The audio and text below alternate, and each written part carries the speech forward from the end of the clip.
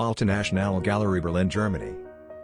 The works of art in the entrance and stairway of the Alte Nationalgalerie give a programmatic impression of the works represented in the collection. At the opening of the Nationalgalerie in 1876, the portraits of the emperor's pair welcomed the visitors, and today the two large-format paintings testify to an increasingly internationalized art scene in the 19th century. The entrance to the collection area on the first floor today flanks the paintings of the Turkish painter Osman Hamdi Bey, Miracle Fountain, 1904, and the American Gary Melcher, The Family, 1895-96. Without any commission, Berlin-born sculptor Louis Sussman Hellborn designed the monumental marble sculpture Sleeping Beauty. In 1888 he donated it to the Nationalgalerie.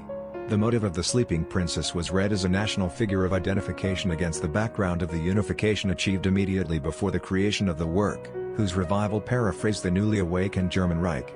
Today, the Alte Nationalgalerie preserves around 3,500 paintings and sculptures of the entire 19th century, including key works of Classicism, Romanticism and the dawn of modernity.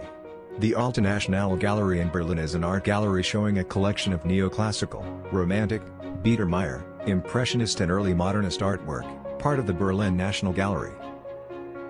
A special feature of the Alte Nationalgalerie is the experience and discovery of the art of the long 19th century in the midst of the architecture of their time. The ascent through the staircase of the Nationalgalerie resembles a walk through the entire spectrum of 19th and early 20th century art.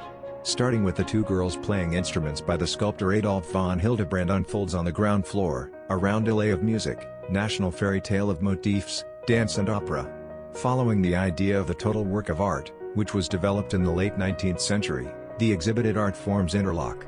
Not only does the museum display works of art, but the building itself has an interesting history.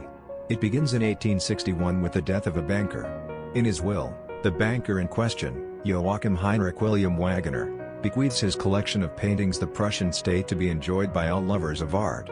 Architect Friedrich August Stühler soon begins work on a worthy home for Wagener's artistic treasures.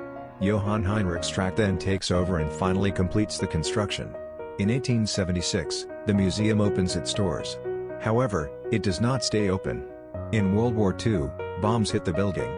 The gallery is renovated, but does not immediately return to its former glory. Germany is now divided, and the exhibits are spread over several locations in the GDR and West Berlin. Only after the reunification of Germany in 1990 do they return to their original location. The city rehabilitates the museum once again in the 1990s. A new addition is the highly praised Hall for Caspar David Friedrich. In 2001 the Alte Nationalgalerie reopens its doors and has remained open until today.